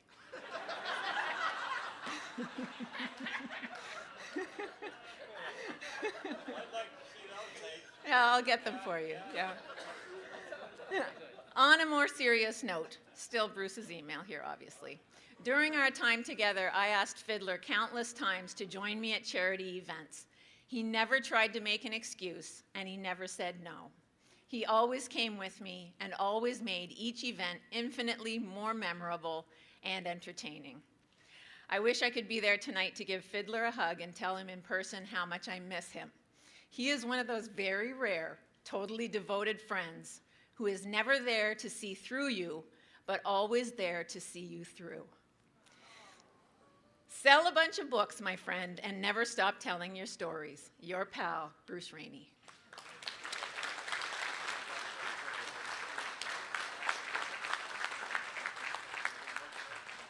Well, thank you very much, Tracy, and it's so nice to hear from you tonight, and on behalf of Bruce Rainey as well, Tracy Lightfoot, senior CBC producer and part of the book launch here this evening. You're right, it has been a special night. I'm going to ask Anthony McDonald to come back down and join us on the in the big red chairs here as we close out the segment tonight with 3 videos that we're going to play here this evening.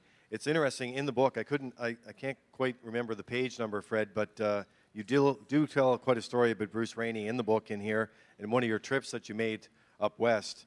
That was a great story as well, but we'll leave that because that's going to really get the book sales coming off for tonight, because we're at chapter probably 160. Come on up, Anthony. 160 right now of 173 pages, but you have to have this book in your collection. It's just one of those books that you have to add to it, and I hope, Fred, down the road there's an opportunity for you to write another book. I don't know, Anthony, maybe you should be maybe you should consider writing a book as well. You'd have I'm a the few shy things one. to say. I don't have much Yeah, to you say have much usually. to say. After listening to Dad tonight, I think he makes me look like a mute. Well, he did a great job. I mean, all the great history over the years, and what it's been like to hear some of those stories tonight. It's been a fun night. It's really cool because people have to understand, right? As Monica said, there's quite a large gap between the first and the last fall, so to speak.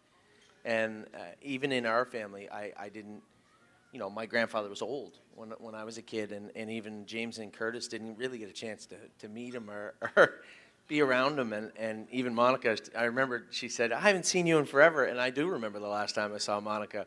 I was a kid in the kitchen of my grandmother's house, and I was starving to death. And I said, there's lots of stuff in the fridge. I'll just make a sandwich. I almost cut my thumb off with her big knife, or big butcher knife, cutting into the roast beef, and it went right through the artery of my thumb.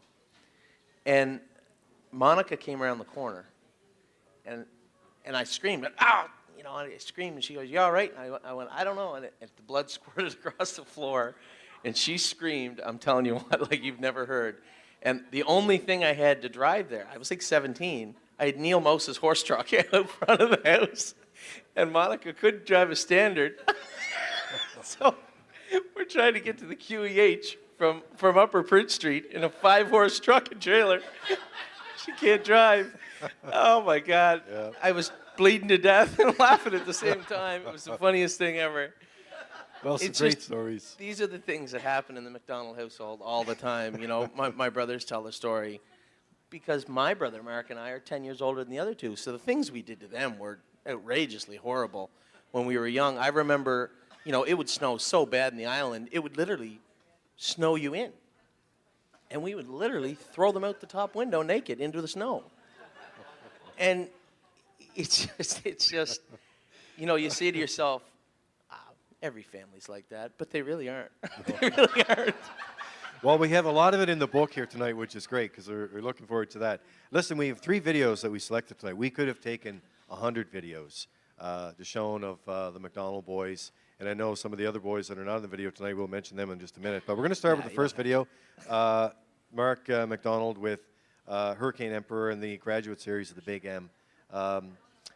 It seems like every time, that's one thing I love about the McDonald family, you're very, very well connected, very close. You may be in different parts of the country or in different countries when things are going on, Anthony, but as soon as success hits for one, it's one of you and all of you together. And that's got to be a special race that you remember about Mark winning with the Graduate Series. I mean, listen, Mark's won so many races. You know, when we first started driving, you know, there was a lot of competition. In sports, you know, basketball, baseball, hockey, everything, we played as tough as we could all the time. As my father said, there was no half measures, there was no half speed. And it became very clear that Mark was a better driver than me at a very, a very early age. And James is now too, so it really sucks. But, you know, we're always, you know, deep down you have that brotherly competition where, you know, you don't want to see him do too good, but just good enough, you know, so he's happy, but not good enough that it's fairly obvious he's much better than you. But it's, Mark has just done so much, and people don't realize, you know, the things he's overcome. Broke every bone in his body, you know, and just go out and just keep going and going. And this industry can be tough to the sense where it beats you down to it almost convinces you that you're not good at it. Like maybe you were just really lucky or just had the right connections, like you said. And then, you know, for Mark to go out and win the Meadowlands Pace with Ian Moore the way he did was truly incredible. I know you want to talk about a different race, but for me, you know, just watching Mark succeed and seeing how happy he is, it's different for me. You know, I learned a long time ago that I wasn't going to be Mark or anybody else, like John Campbell, Bill O'Donnell. But, you know, I took what I was good at and tried to turn it into something that was good for everybody. And James, the same way, you know, he's just so selfless when he's around people. It just, yeah, I really feel good every time I do it. And Curtis, behind the scenes, does more than any of us. And rarely gets, you know, the accolades he deserves. And then Lloyd, you know, works his butt off. Bobby, you know, we always work as hard as we can. And I think nights like tonight, you reflect on that and realize just how hard they really do work. Well, I've worked closely with Curtis just recently. We launched a new graphics package here with Red Shores, and it's really helped our business. And with Lloyd, of course, being the first one to take the Gold Cup and Saucer, that show, you know, global at the time, back in the day was really something else. And Bobby, of course, is still, he's here in PEI. I know he's helped you with horses, with your farm as well, and known as a very well blacksmith. So it really is something else. We're going to roll the first tape here. We are getting out of time, so we're going to roll the first tape. This one is Mark McDonald and the Graduate Series, Matt, at the Big M. Graduate Series final for 4-year-old Pacers. Here they come. Race 9. And they're off, and it's Brassy Hanover out fast on the far outside, working on a mystery, shoots out with Dancin' Lou between horses, and Century Pharaoh protects the rail there and cuts the corner into the first turn. Brassy Hanover and Scott Ziron to the front. Century Pharaoh working on a mystery, goes up on the outside as they get set to pass the opening quarter. Dancin' Lou fourth and gaining, so Shamwell's going to settle in fifth on the inside. Black Hole going up for Brennan from sixth on the outside past the quarter. Then it's Hurricane Emperor, caught 3 wide. Better's Wish at the rear of the field here. And then it was a Flame Hanover on the inside and Captain Victorious. 26 flat opened it up here. It was working on a mystery, but now on the outside, Dancin' Lou. Brian Sears and Dancin' Lou takes it away from working on a mystery. Black Hole's right there to pounce on the outside, apply immediate pressure. Hurricane Emperor second over, fourth on the outside. Lots of action, lively clip. Brassy Hanover shuffled back now. And now Better's Wish gets involved. He is already fifth on the outside, third over. 52 and 3, dazzling half mile here in the graduate final. And on the outside, Black Hole is parked. It's Black Hole slugging it out with Dancing Lou on the inside as they head to 3/4. Hurricane Emperor sitting there, lurking in, all set to come 3 wide. Working on a mystery, needs racing room, and now To the outside, towers up Better's Wish. Better's Wish just 3 lengths from the lead. A shuffle for Brassy Hanover on the inside as they turn for home. Captain Victorious stacks to the outside. 1:20 and 3 for 3/4 into the stretch. They come after Dancin' Lou. Room on the inside for Working on a Mystery. And on the outside, Hurricane Emperor explodes for Mark McDonald. Hurricane Emperor! What an effort here and what a drive by Mark McDonald. It's Hurricane Emperor. Then Working on a Mystery. Dancin' Lou and Brassy Hanover in 1:47 flat. So there's Hurricane Emperor. There's just another great example. Yes, big round of applause. As Anthony said, Mark always seems to have the horses in the best position in those big races. He was third over and second over, and to explode through the stretch like that, just an awesome drive there. Yeah, I mean, not a lot of people, if you go back and watch that race and you look at what Mark's doing leaving the gate, he's looking left, he's looking right, he's trying to figure out in a split second where he needs to be, and he ends up in the right place. And you're lucky sometimes, but you're not lucky all the times. And he just always has the horses in the right place to execute what he has to. And the connections of the horse, had the horse ready to go. The trip worked out great, but it was a trip that he worked out for him that worked out great. And I think anybody that knows Mark really well knows he's a world-class driver. And that's not something to be. We come from a family of baseball players, and everybody in here can probably play baseball. But I don't know anybody that's an MLB player in here, and it's quite something different to be at the top of your game and win races when you're racing against the best in the world that are at the top of their game. That's quite something else. Well, Ken Workman will be joining us here in just a couple of weeks, part of our Gold Cup production from the Big M in New Jersey. We'll talk more about that story with Dr. Ian Moore and Mark McDonald. Over next, as we said, we're getting tight on time. We don't want to be kicked off the airwaves here because we have 2 videos we want to show. The next one is the Canadian Pacing Derby with James McDonald. I remember this story, Anthony, back when we did the virtual tack room, and just how important this was and what a great win this was for James. He told me in that interview he still got the fist bump and that big picture in his wall, and just how another incredible moment for the McDonald boys at that time.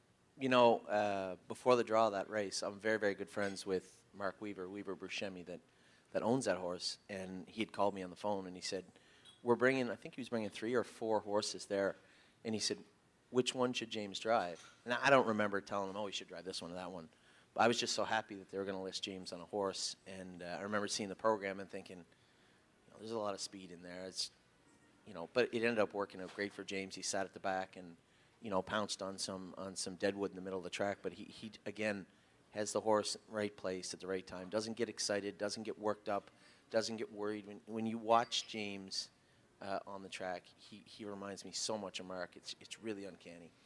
Let's have a look. Matt, the Canadian Pacing Derby, James McDonald. Field picks up speed. Here they come. Great looking start. There they go. They're often pacing in American history. He's going to sprint out down the center, Backstreet Shadow going with him, and Better's Wish on the inside. McDonnell pushes button on him. He gets into the top 3. There's Century Pharaoh sprinting out. He's parked into the opening turn. Also into the mix there is Shake That House, Dancin' Lou, as they get into a little bit of traffic there into that opening turn. Then it's back to This Is the Plan, followed by Sintra, Dorsaduro, Hanover, and Filibuster Hanover. But it's American History parking to the quarter, 25-1. American History makes the front. Here's McDonnell out and rolling with Better's Wish. Better's Wish gets his cue to go after that leader, American History, as they go by 3/8. Watching the action is Backstreet Shadow and Gingras from 3rd.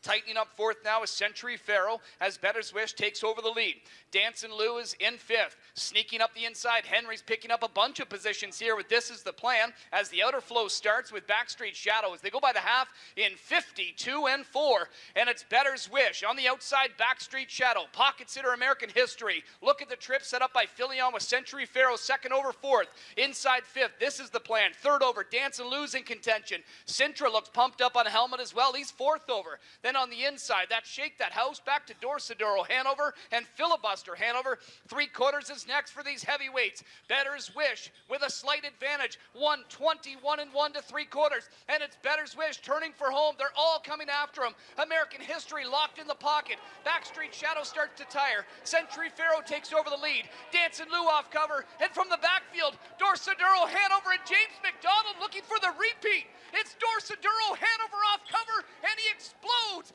Dorsaduro, Hanover, J-Mac, back-to-back in the Canadian Pacing Derby. He wins by 4. Dorsaduro, Hanover in 1:48 and 4. Another round of applause for that magnificent drive there. He was second last. He was second last at the head of the stretch. And Yeah, to mow down that field like that, what an incredible moment for Yeah, him. I mean, he's always, like I said, you got to be in the right place at the right time. You can't drive a horse that was every 30, 40 to 1, whatever he was, in an aggressive manner. And James just had him in the right place at the right time. And again, just it's uncanny how much those two drive alike and how their presence on the track. Our final video tonight is with you in action. I want you to set this up for us. This is the bomb hugger that you won, and really, when I was looking at this, Anthony, I got to tell you, you talked about it a little earlier. You've been driving at so many different tracks in the last year and a half, and having such success. And again, you talk about positioning and putting horses in position. You put this horse in position and pulled off a great win here. But you've driven a lot of tracks and had some great success, a lot of great horses all over the globe with your owners. Well, you know, at the end of the day, if you're going to drive good horses, you're going to win races. If you can't win races with horses that are 6 to 5 and 8 to 5, then at some point you just have to stop going on the track. Mm-hmm. And you know, it's been really a lot of fun. You know, not a lot of people.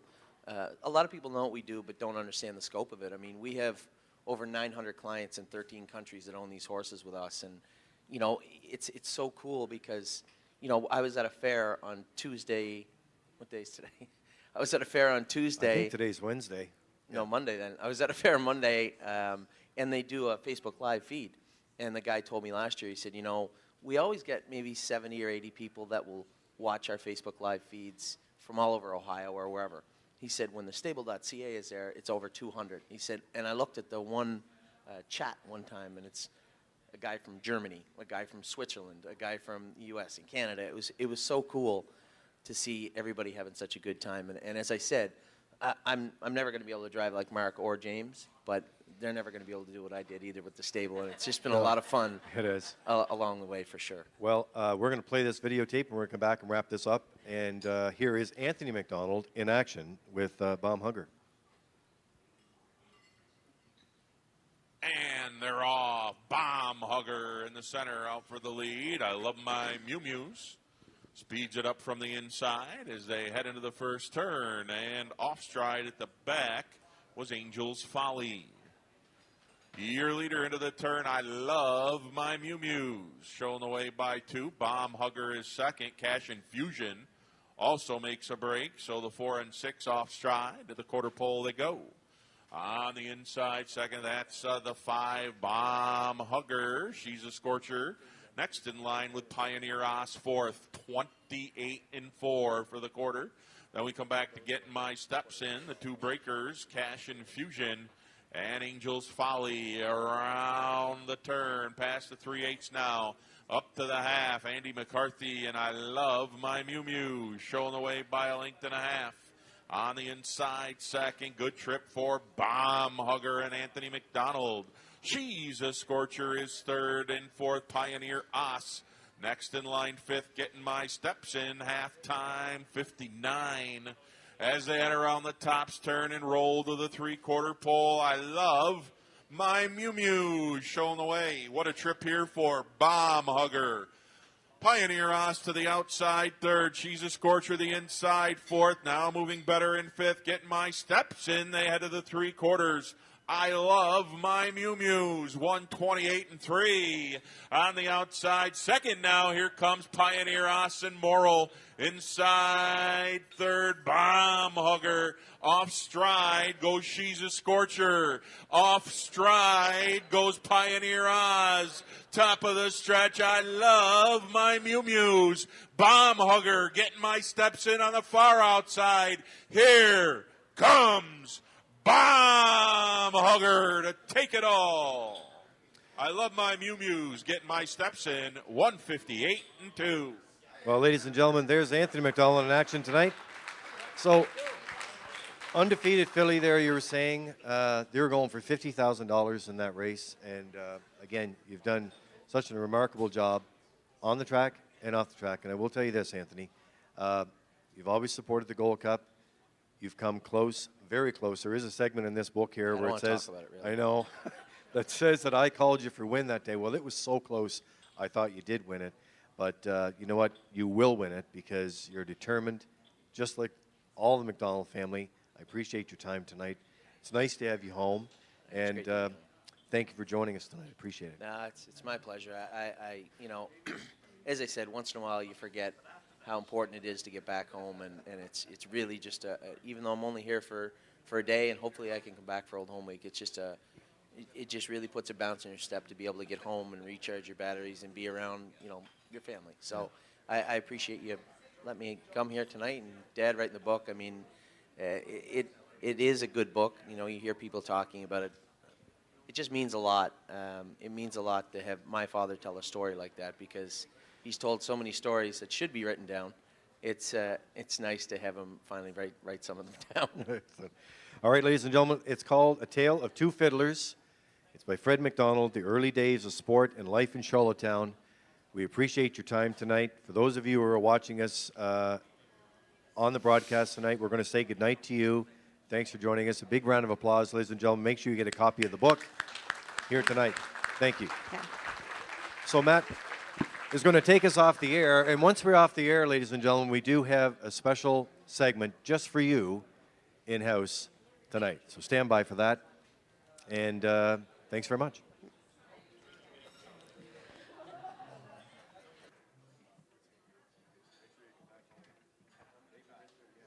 I guess not. Oh, just want to say that Fred is signing books, but there are some pre-signed copies. If you don't have time to hang around to get yours personalized. But also just keep in mind physical distancing. If you are getting him to sign a copy for you or copies for you, just try not to everybody crowd all at once.